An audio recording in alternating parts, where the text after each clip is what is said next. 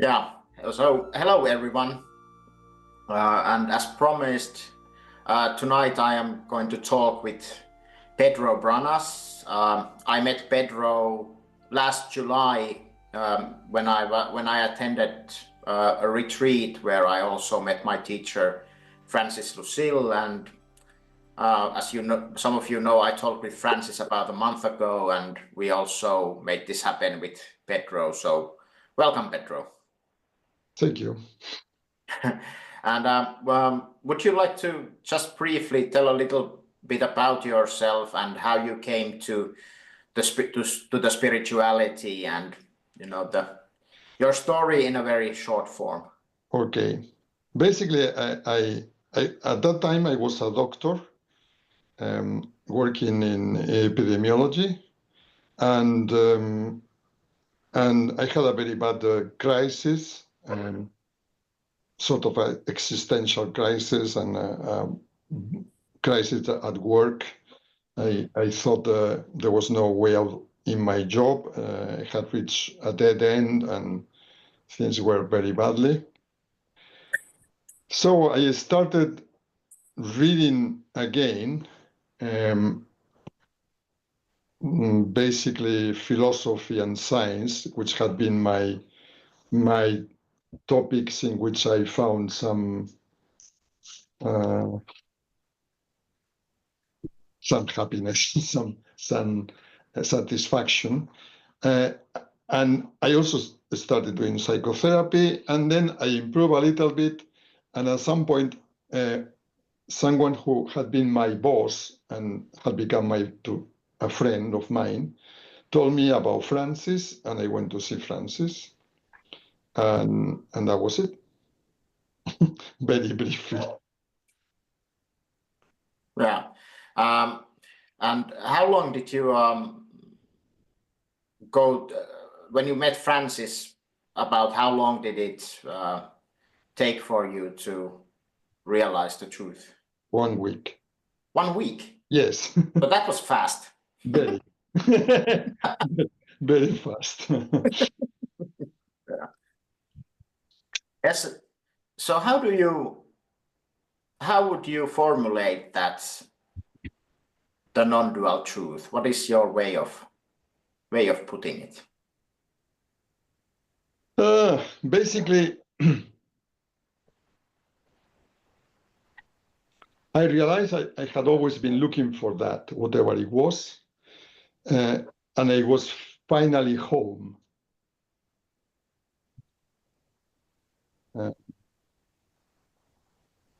The sensation is I arrived home after being errand for a long time, not knowing what did I really want, not being satisfied with anything, really. Yeah.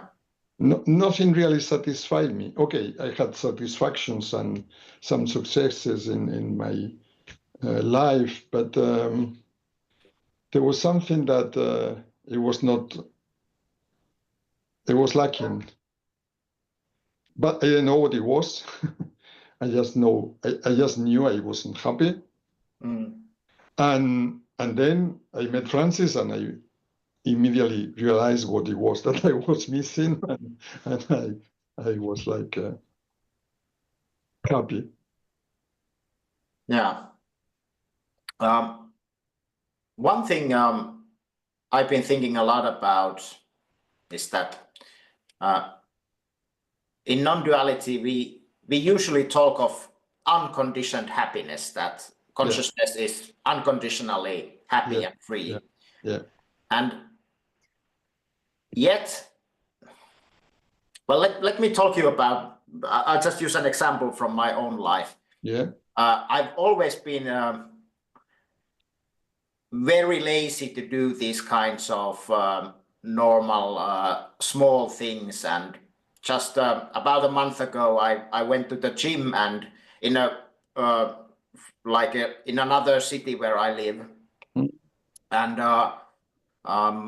so I never would have gone to gym before when I was visiting another city, but then I did that, and I felt enormously free when I was sort of doing something that my past conditioning wouldn't have allowed. And I thought about this. So it's, how do you frame, if we say happiness is or consciousness is unconditionally happy, but to me it seems there are genuine demands that we need to do in life in order to feel happy. Like say I say something to my wife and I need to apologize. I don't feel right until I apologize. So how do you view this? Because there are things we need to do in order. I think you are right. I think there are real demands in life, and in fact, I would say that to be happy implies to realize that what needs to be done is what you want to do. These two things align. So you're happy doing what it needs to be done, because how could be otherwise? It's only when we think that we and the rest of the universe are two different things that there is no alignment. But once you realize you are one with everything, eventually things realign completely, and you see that whatever happens is the right thing. Yeah, because in the previous years, I spent a lot of time home, just reading books, Ramana Maharshi, meditating, doing things like that. And now I find that doesn't satisfy me anymore. No. Well, I think it was Francis who said once to me or to someone else, and I was listening. I cannot tell the difference. But like, I was telling something of this sort, and he said, "Yeah, I've been there," because it's like chewing gum. At the beginning, it's tasty, but after you chew it for some time, you just have to spit it. Yeah, yeah. And so it's the same with books or readings. There is some flavor to it, some perfume, but eventually you chew it completely, and then it loses the capacity to. Yeah, now it feels like more that only this kind of courageous action does it now. This kind of, I have to like actually do what I feel is right, and I have to do it now in order to feel aligned. So this is interesting because I'm not sure how I. Prepuno je zbog lubenice, evo da staviš. Lubenica curi, moraš doneti ovu kesu tu. Sorry, I lost you. Yeah. I think I need to. Silence. Yeah. Yeah. Yeah. Sorry, can you say it again? Yeah. Yeah. So, but about this, it seems that for at least me personally, there is like this universal intelligence that is compelling me now to do things in a different way than I used to do, and it feels in alignment with the truth. But it also kind of feels like when we say happiness is unconditioned. So yeah, this was my question, that it feels like the non-dual truth feels more to me now like aligning with one's inner truth, and it seems to me it's easier. It becomes easier to do what is the most loving, deepest understanding. There is only one truth. So because there's only one truth, your inner truth and truth in general is one. At the beginning, you don't realize that, but as you get a better understanding of things, then you realize that's the case. Yeah. And therefore, as I was saying before, you're happy doing whatever needs to be done. Yeah. Um, Yeah. and you don't resist. Yeah. Yeah. It seems that. So did this when you met Francis? Yeah. So did this these resistances and this unhappiness, did it just go in 1 week and you didn't have to like integrate it? Or... That's a very interesting question. I did have to integrate it. It's difficult to express it. I would say I fully understood it all, and not at the intellectual level, but I have a very strong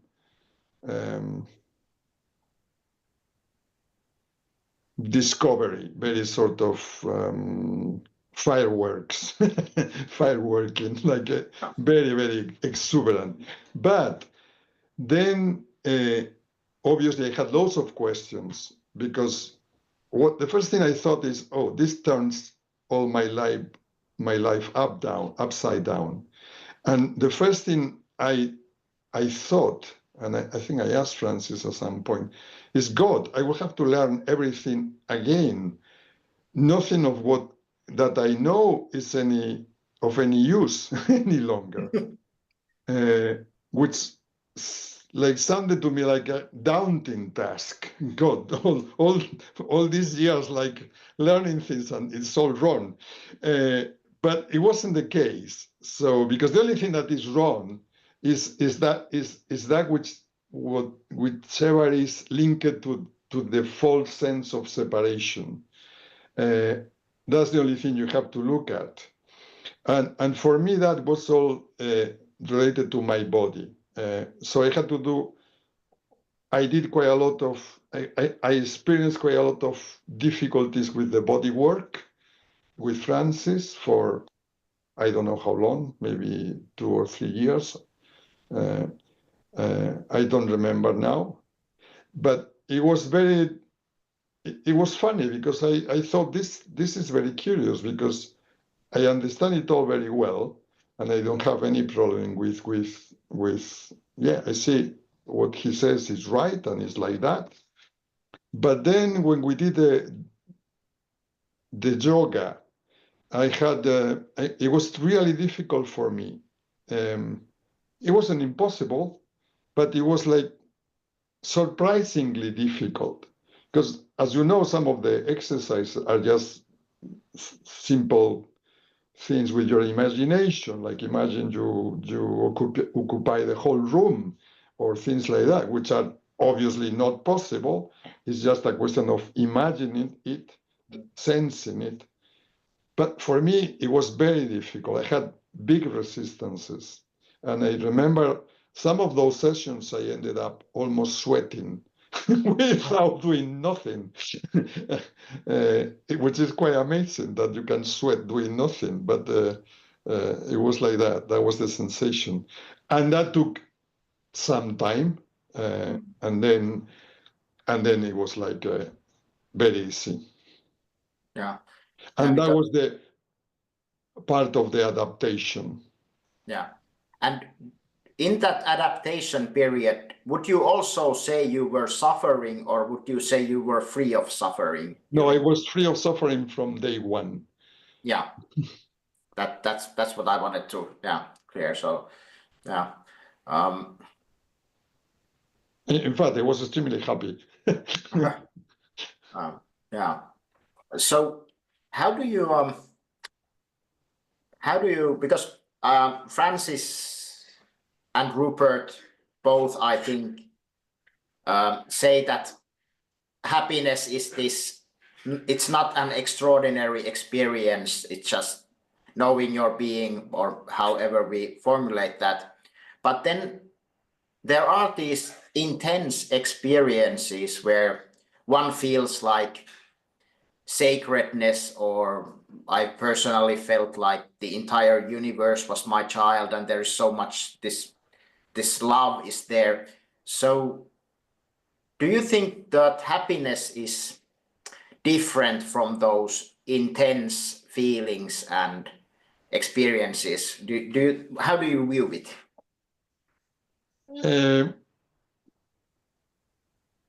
I mean, one problem is words have different meanings for different people.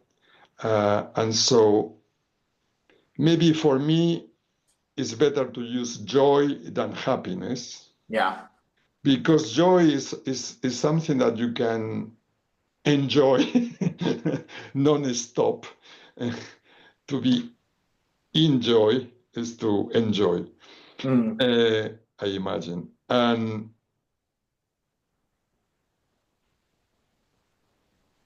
But the other thing I want to say is that what happens is at the beginning, or at least in my case, you have more sort of ecstatic experiences,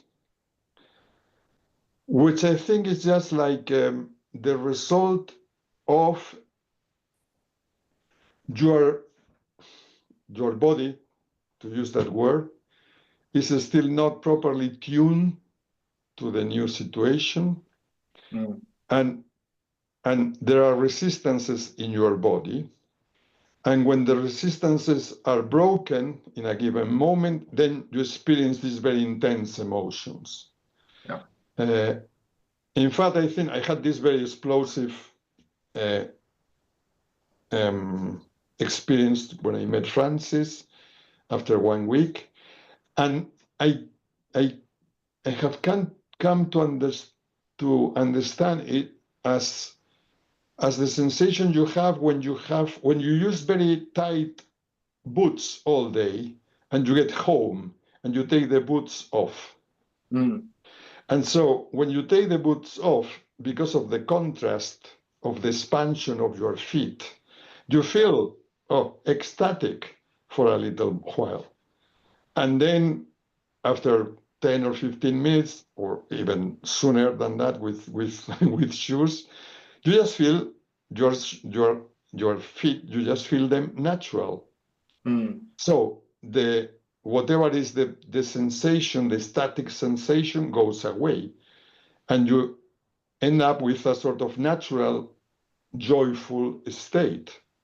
Your feet are happy. That's what happy feet are. Happy feet are. Can you understand it? Yeah, definitely. It's the contrast between the two states that creates the emotion. Yeah. It's the contrast between the states that give you these strong feelings or sensations. But once you get used to that, then you're fine. Yeah. So. But it always keeps this component, which I think is important. It's not that you go dead. It's not a dead peace. It's a joyful peace. Yeah, and because peace is a good word, but sometimes peace can be understood in a boring way, sort of boring peace. Yeah. And this is not a boring peace. This is a joyful peace. Yeah, and it's also very creative, I feel, and spontaneous in the same. Also, it's very hard to. But I also like the words deep joy or quiet joy or joy. I also like. Yeah, I see what you mean. Yeah. I've been always interested for some reason in the direct path teachings, but many people explore all sorts of other spiritual teachers, energy work. I don't even know them all, but there are many esoteric practices. I know. So how do you? I'm just going to ask you what I want to ask you. So yeah, exactly. So do you think what do you think about these? For usually in these kinds of energy transmission stuff, there is a transcendent master or something on another dimension. What do you think of those kind of esoteric things? Just your honest opinion. I don't think very much of that. I just think like why put doors to the field, to the countryside. We have this expression in Spanish, doesn't translate well. Like there are all sorts of people and all sorts of possibilities. It's not for me that, but it may be for other people. It's like people who try drugs, and they have great insights with drugs. I don't, but I don't deny it can be the case that this can happen. I really don't know. Yeah, yeah. I am open to the possibility. Why not? I am not. How would I say this? I am not an orthodox. I don't think there is like only one way or a better way or the way. I think there are lots of ways and lots of different people with different psychologies and characters and personal histories and so all sorts of things work for different people. Yeah. So how would you define the direct path that we are, at least I know Francis says he's a teacher of the direct path. Yeah. So what are your thoughts on the direct path? I am not very interested in the direct path or whatever. Like for me, that's a bit of theology. Okay? But what I understand the direct path to be is that in the direct path, the teacher shows you the truth at the very first time. There is no stages or things you have to go through to be shown the truth. I mean, the teacher, the first day, he tells you the ultimate truth. And it's up to you. I think that's the direct path. And that's what I understand by the direct path. And if you have a glimpse of that truth, then that makes things much easier because you already know what you're looking for. Yeah, yeah. So do you have? I assume you also teach. So do you have some sort of how you approach these with people usually? How do you point to consciousness, or what is your sort of take on it? How do you approach this? I think for me, and this is obviously because of my experience with Francis, for me the main point is that we believe that consciousness is a product of your brain, and there is no proof about that. And because I am a doctor, I was convinced that I knew that was the case because they have taught me in medical school. And also I thought I had good proofs that this was such.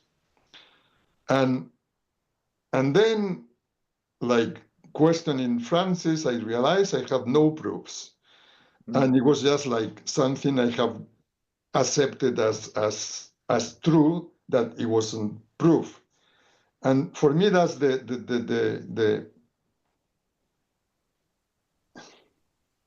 is the main point. Once you take that point away, the whole edifice crumbles. Yeah. Yes. Yeah. I agree that I think what Francis is teaching is, I think it's very efficient and very logical to me. And there is maybe sometimes I have discussions where it is thought that this kind of direct experience of consciousness is somehow difficult to understand. And that's one of the reasons why I asked about it, because I think it's very simple. It is impossible to understand, but it's very easy to experience. Yeah. Yeah. It's ununderstandable. Yeah. Yeah. Yeah. We don't need to understand. We can't understand it, and we don't need to understand it. And so we could also probably, people approach these things, of course, differently according to their, psychology and stuff like that. But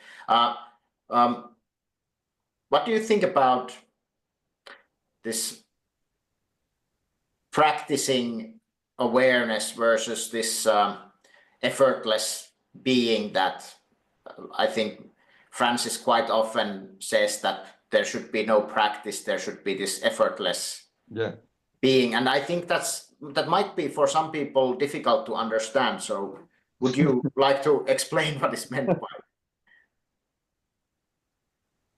I agree with Francis. I think effortlessness is much better because effort is the result of ignorance. In fact, the resolution of ignorance is the giving up of effort. Effort is the opposite of surrendering. When you surrender, you stop doing any effort.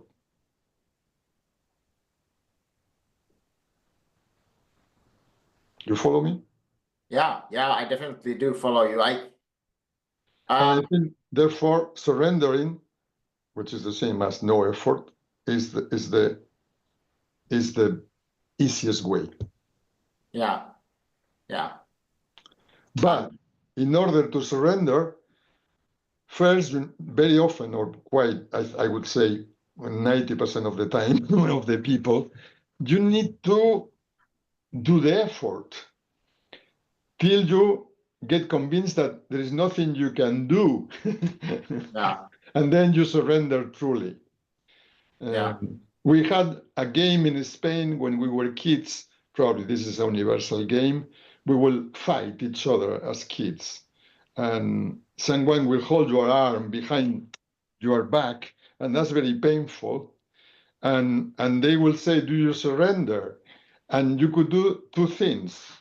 You could fake surrendering, and then the guy will keep pushing the arm till you surrender truly. Yeah. So it means that true surrendering somehow implies some effort previously, not to surrender. Some fight. You have to fight a little bit. And or a lot. You have to fight till you reach the point of surrendering. For me, it probably feels like this effortlessness is like, it means that the psychological self ceases to apply any effort. So there's no but for example, Francis and others too make these tantric meditations where you explore what the sensation in your hand is and how it corresponds to the awareness. Some people might define effort also at, well, you are doing something. Oh, no, because one thing is doing something, another thing is doing effort. It's two different things. Because effort is psychological effort, it's not physical effort. And psychological effort, it depends on the belief that there is something to achieve which is difficult.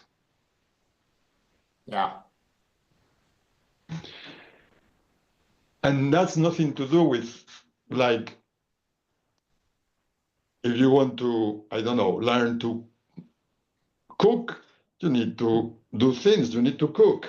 If you call that effort, but that's not effort. If you like cooking, if you like to learn to cook, it's an enjoyment. But I think this is an important point to understand, that effortlessness does not necessarily mean you do not sit in stillness. You could still have this kind of, you could still sit and close your eyes and explore consciousness. Sorry, can you repeat that? So what is the confusion you are worried about? that the confusion I'm worried about is that, well, at least to me, the word effort brings about any kind of doing, basically, and I imagine it is probably many people might define it that way. So I just wanted to make the point absolutely clear that effortlessness applies to the sort of ceasing to be the psychological entity. Yeah. If there is no psychological entity, there is no effort. Yeah. Effort and this false belief to be separated is the same thing. Yeah. Effort is what is required to keep something which is not true. Like if I tell you that 2 + 2 is 5, I will have to make a lot of effort to convince you.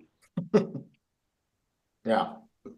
But if I tell you that 2 + 2 is 4, I don't need any effort because the truth holds itself. So effort is the result of something not being true that you want to maintain is true. Yeah. In fact, the sense of separation is an effort. We have to do effort to create it all the time. Yeah. If you relax completely, it's impossible to feel the sense of separation if you really deeply relax. Yeah. Yeah. Which is what happens when you sleep, and then there is no sense of separation.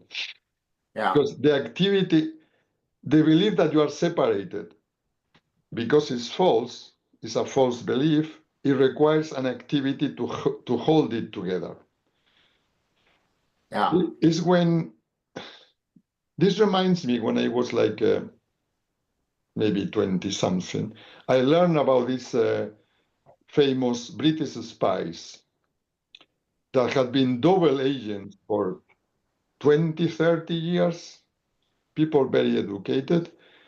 And I admire them because I said, how is this possible? I thought I wouldn't be able to keep this lie in front of my friends, my wife, my kids, everybody else apart from me, and my boss, my boss in the intelligence service that knew about the truth. It's very difficult. It requires a lot of effort to do this. It's much easier not if you keep close to the truth. You just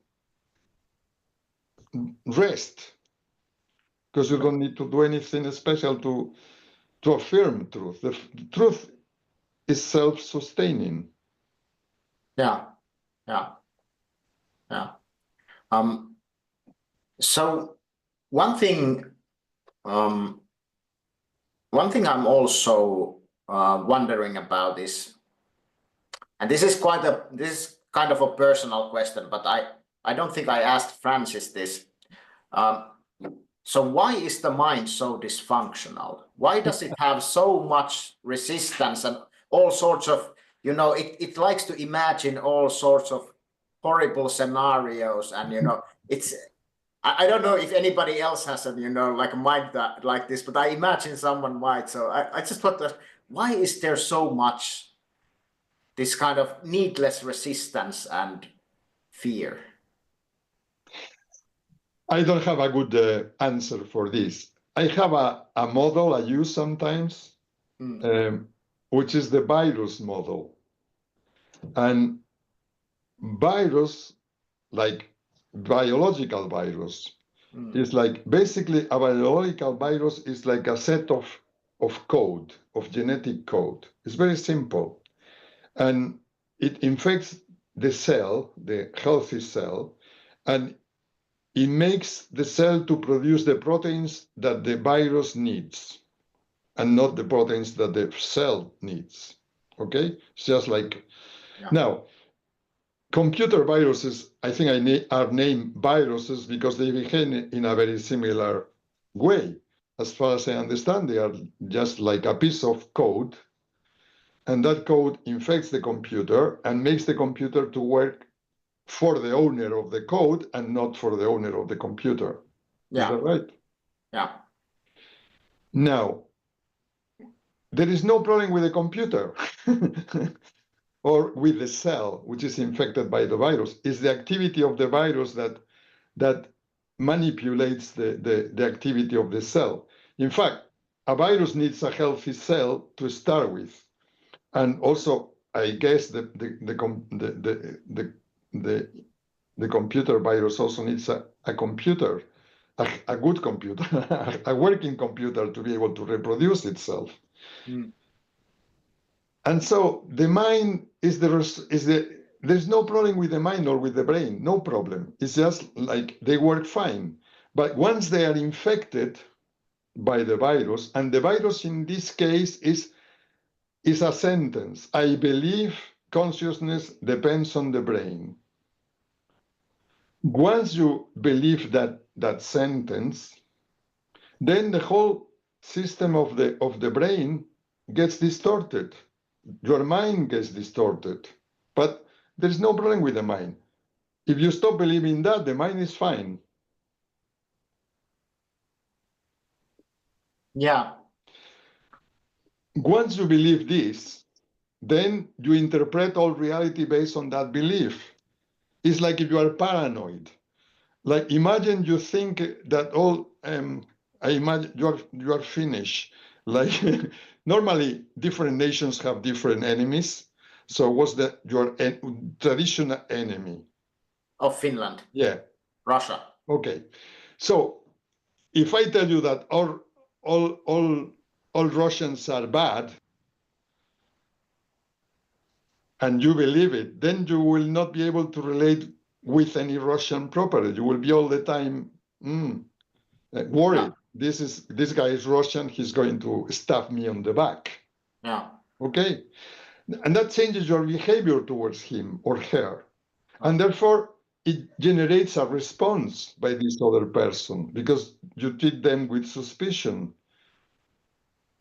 And so they respond in a way that confirms your belief that he is bad. Yeah. Yeah. And this is what happens with the infection of your mind with this wrong idea. Now, why I use the word virus apart from that is because in the same way that viruses use, and you have to put this use in inverted commas. Yeah. Yeah. Because the metaphor is not perfect. But in the same way that viruses develop strategies to defend themselves, in the computer they try to hide somewhere because if the antiviruses in the machine discover the virus, it eliminates it. And the same thing happens in your body. Your immune system is all the time monitoring you and trying to discover viruses, bacteria, and so on and so forth, and foreign elements, and destroys them. So viruses, both computer viruses and biological viruses, they develop strategies to hide from your immune system or your antivirus system. Now, this virus, this belief to be separated, if you this example, that's about the virus, also develops strategies to keep hidden. One of them is whenever you approach something that it may expose it makes you feel uncomfortable.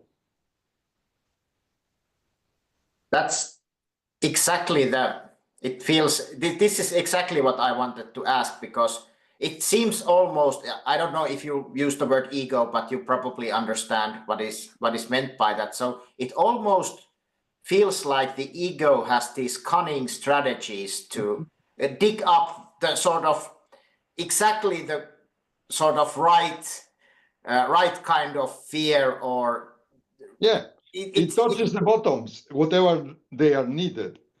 Have you seen a film by Woody Allen long time ago? There was something like everything you want to know about sex, but you never dare to ask. Anyway, it was just sketches, very funny ones, some some of them. And there was this sketch in which you see this romantic supper between a man and a woman, and they start flirting, and eventually they decide they are going to go to his or her place, I don't remember, and they get into bed. And so the sketch shows the brain of the guy inside, and the brain of the guy inside is like a Houston-controlled room. And so there's lots of monitors and very many people sitting there controlling all sorts of things. And everything goes fine, but at some point, they get into bed, they start kissing or petting, I don't know, whatever it is, and he gets an erection. But at some point, he loses the erection.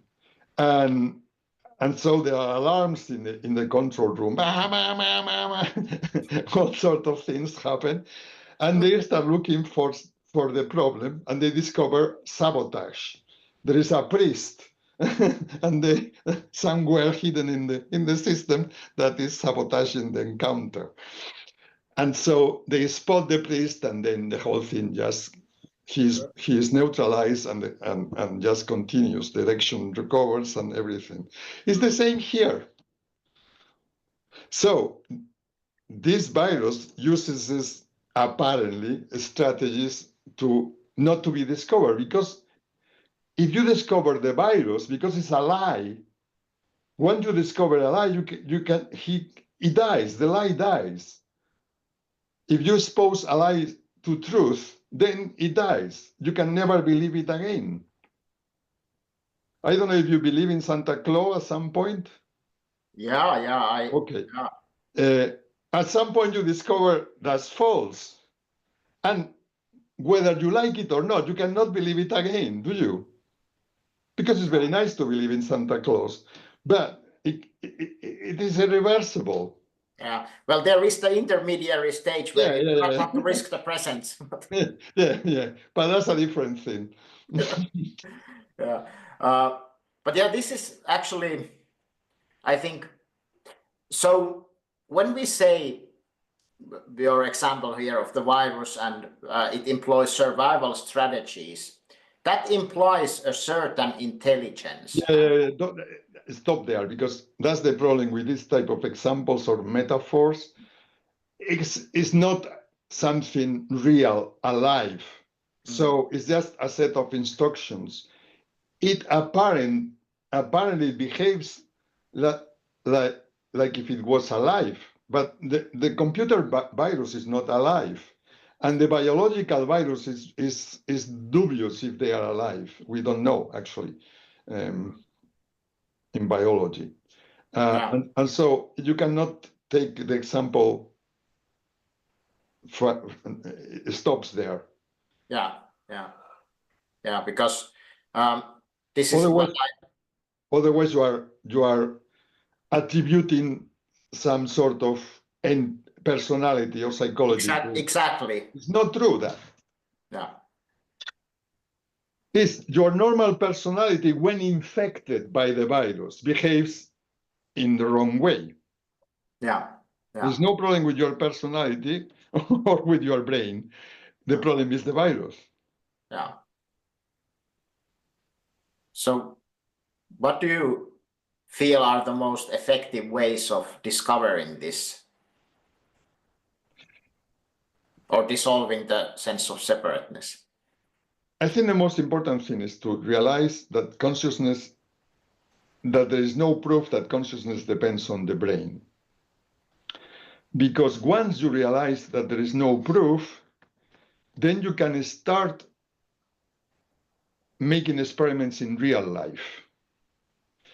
In order to make an experiment, you can, but the idea is that you try to suspend any beliefs in the results of the experiment. Otherwise, the experiment is very difficult to assess, and there is bias in the process. And so in order to do that, you have to at least reach a point in which you can say truly, I don't know if consciousness depends on the brain or not.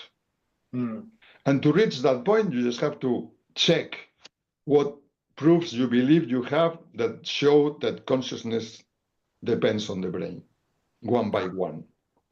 And once you have done that for whatever time you need, like it could be 1 day, could be 10 years, I don't know, of your beliefs, then you are free to experiment, to try to live from a different point of view. Because as long as you believe that consciousness depends on the brain, you are conditioned to behave according to that.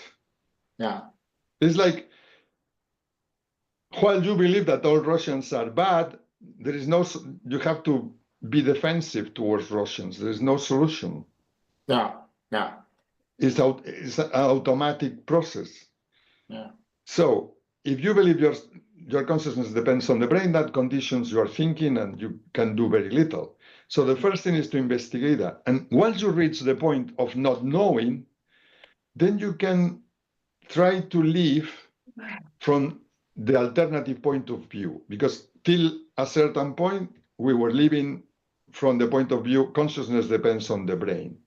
And at some point, we start living from, I don't know. And it's possible it doesn't depend on the brain. And then you start living from that point of view, like trying what happens.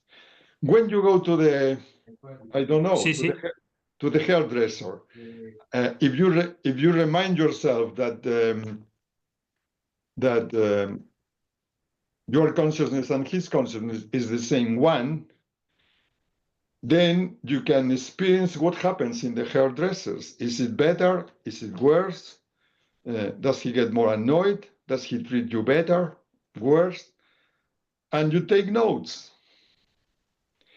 And with this type of experiments, you accumulate evidence about the results of these different hypotheses. And that will convince you of which one is true, or at least more satisfying. It's like a pragmatic approach. Yeah, I also I agree on this point, but perhaps one. In the Christian tradition, there is a very nice phrase that says, you will know them by their fruits. You will know the followers of Christ because of how they are, how they feel, what they produce, how they look happy, they are happy, and so on and so forth. So that's the criteria, is that one. Yeah. So I've been thinking about this quite a lot, and it seems to me that the belief to be a separate entity, there are like these layers that are very easy to when I just listen to someone like Francis, or Rupert or whoever, I instantly on some level realize this is true, and much of the resistance just drops. But there is like a denser, like layers that are dense and somehow aggressively coming to the surface despite my better understanding of the truth. So it feels like there is some like really tough roots there. That's your body, okay? Because if you think about it, you cannot believe anything without your body agreeing to that. Your brain is like a complicated set of box full of cables. There are cables who come in and cables who go out. And 99 of thinking happens, and all this thinking is just electricity moving around these cables. It's a very basic model, but it works for us. Now, there are cables that bring information from the outside, like your senses come from the eyes, the ears, and others come sensing from your body, feelings, just bodily sensations, and the ones that go out, most of them go to muscles. Like, I don't know exactly the figure exactly, but it could be anything between 90 and 98%. I don't know, because there are a few that goes to glands or to some receptors to modulate them, but the great majority go to muscles. Now, muscles are physical things, so they have mass. And because they have mass, they have inertia. And so we have habits. And so the habits take time to dissolve. They are not so quickly dissolved as just a belief. And also they confuse you. They give, okay, okay, you already have a glimpse of the truth, and at that moment you are convinced this is the case, that the consciousness, there is nothing that proves that depends on the brain. But then you have some sensation in your body later on that convinces that you are separated, because it is how it feels for you. So that requires some investigation at bodily level. And I think is the second most important thing. There are three very important things. The first one is consciousness, and checking that there are no proofs that consciousness depends on the brain, because that liberates you from a false belief. Then you have to look at your body, because you cannot think in anything. Like, that belief implies some sort. I mean, yeah, I interrupted my explanation. Now, if you think anything, there is electricity going out on your nerves, and that electricity goes to muscles. When electricity gets to muscle, it can do only two things: either contract or relax them. And the combination of contraction and relaxation is what we call bodily tone. You cannot think of anything at all without your body acquiring the correspondent tone. Do you see this? Yeah, Okay. yeah, definitely. So there is a bodily tone related to the idea to be separated, which is the same as thinking that your consciousness depends on your brain. That's an idea, and that idea means that there is electricity going out of your nerves into your muscles and generating a specific tone. Now, that specific tone becomes unconscious, because we are only conscious of things that change. Yeah. Follow me? So, When you start learning to drive, you remember how difficult it was? Like, you have to keep track of your rear window and the gearbox, and I don't know how many things, the brakes, the accelerator, and you didn't have attention for all that. It was very consuming. But once you learn to do it, it becomes subconscious. yeah. And it's the same here. So all that becomes subconscious, and because that level of contraction is always there, it's very subtle, it's not big, it feels natural. Yeah. I sometimes. And that's the thing that opposes resistance to change. Because we don't look there. We normally, especially in our culture, and I'm sure that everybody listening, or mostly everybody listening, went to university. We have been using our minds to solve our problems all life, and we disregard the body. So the body gets like sidetracked, and so anything which is in the body, we don't pay attention to it. So we have to pay attention to the body. Yeah. To see how we feel when we think, when we say something is true, when we believe something is true, when we believe is not true. And because the false belief of thinking that consciousness depends on the brain is hidden in the body. Yeah.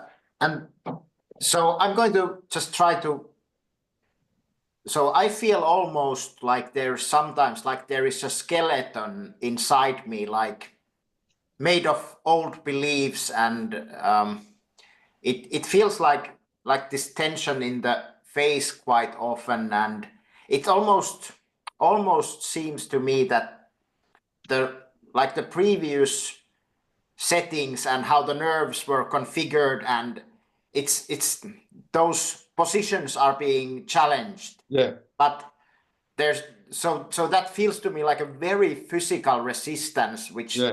It feels physical, I agree. yeah.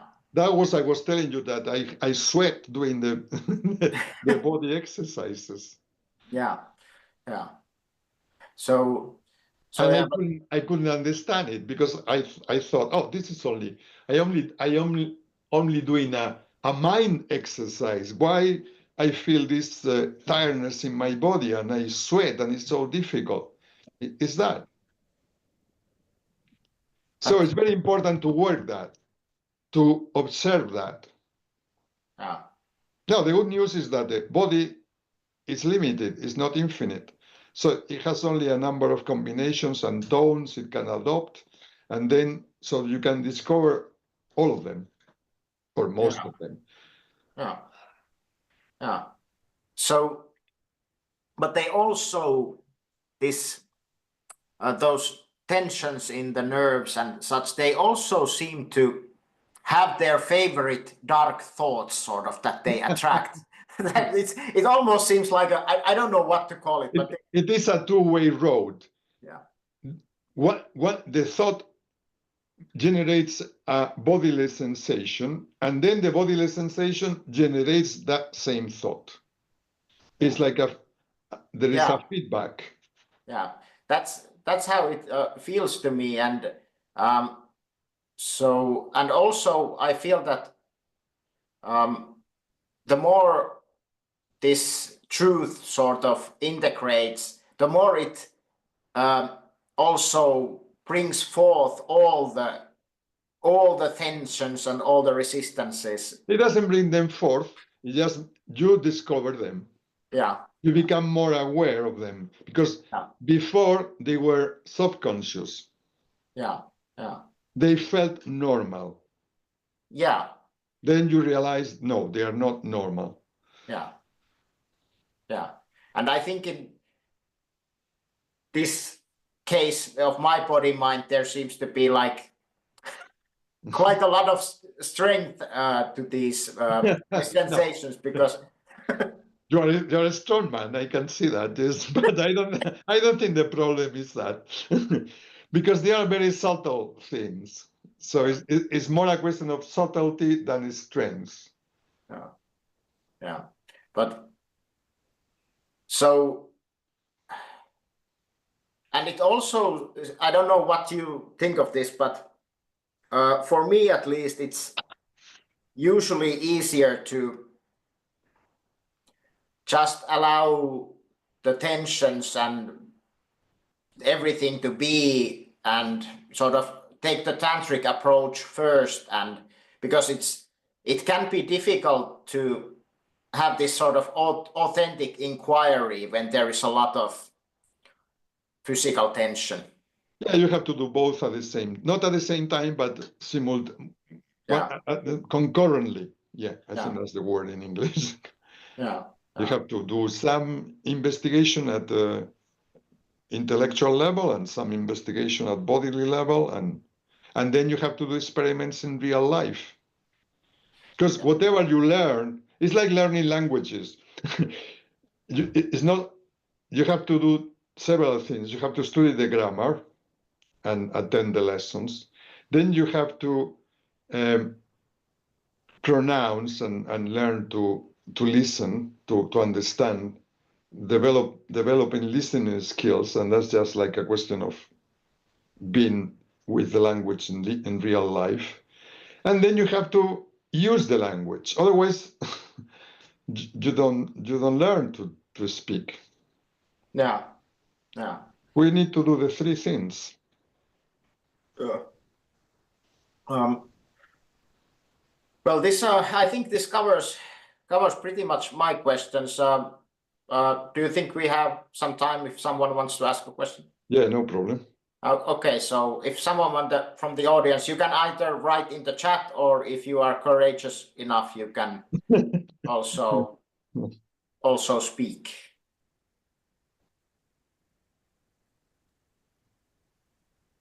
Let's see. Can I go first? Yeah. Yeah, sure. Sure. Hell yeah. It's nice meeting you, Pedro. Hi. I'm very impressed. Yeah, amazing. Thank you for this some kind of satsang, I would say. So my question for Pedro is regarding the virus. There is a tendency to, I don't know, care about my virus, but never care about the other ones. When I speak to other people, it kind of is more annoying to see the virus in them than somehow No. What happens is the virus in their behavior, the virus in them influence their behavior. Mhm. And their behavior touches your virus buttons. And you get really,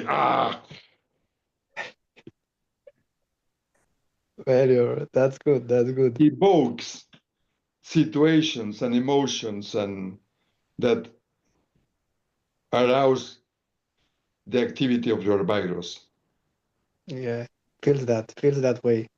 So how would you approach? I mean, it's a situational thing, but would you give someone a shot? Someone that has the deep ingrained belief that consciousness is produced by the brain. Would you give him a chance? If I don't know, I tend to give everyone a chance. A chance of what? A chance at, yeah. I mean, you just live normally and relate normally to people. And what do you mean by giving them a chance? Yes. No, just give him a chance to be, I don't know, for him to be true to himself. Yeah. Why would I? Sometimes I find myself even very often lying to myself and saying, yeah, you're right. You're right. And yeah, Well, leave it. you see, like, if people don't want to change, there is no, it's a waste of time trying to change them. It's them who want to change, who have to change. This reminds me of a blog. Is how many psychiatrists, a Californian blog, how many psychiatrists do you need to change an electric bulb? And the answer is one, but the bulb needs to want to change. And so this is the same with this is the thing. You don't go around the world trying to change people. Man, you're good. Thank you for the answer. Thank you for the question. No. Okay, is there someone else? Yeah, I have a question. Hi. Hello. So so basically I had a question, right, which is the Buddhist saying about I think the saying is form is emptiness, emptiness is form. And yeah, I was just wondering what your thoughts are on that saying, because it seems kind of interesting. I don't know. Can you say it again, because the volume was low for me. Yeah, so the saying is form is emptiness, emptiness is form. Oh, okay, yeah. You know that one. So it's very popular, but I feel like, I don't know, I feel like the meaning is... If you translate emptiness by consciousness and form by object, objects are consciousness.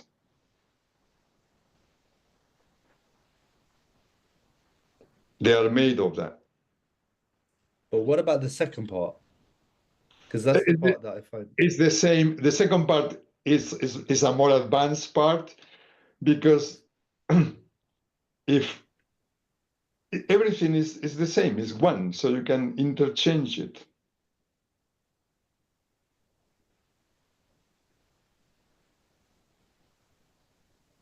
I think that's why I'm not an expert on Buddhism, but I think that's why they don't speak about God.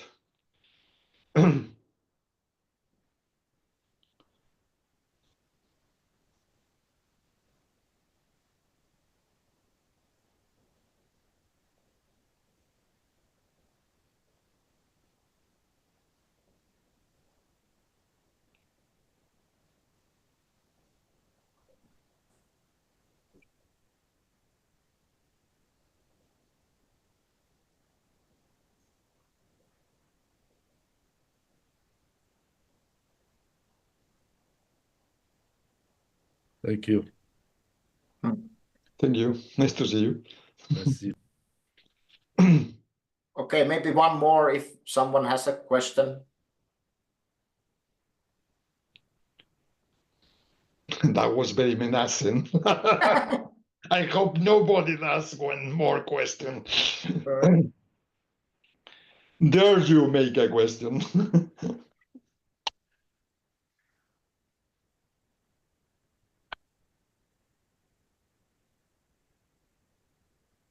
Well, if there are no more questions, I guess everyone is enlightened and we can go enjoy our lives. So, Thank you very much. yeah. Thank you so much, Pedro. It was such a pleasure to talk with you, and perhaps we'll see each other in the near future. Hopefully, yes. Yeah. Okay. Goodbye, everyone. Thanks, Ciao. Olli. Thanks, You. Pedro. Thank you. Thanks. Goodbye. Bye-bye. Yes, bye-bye.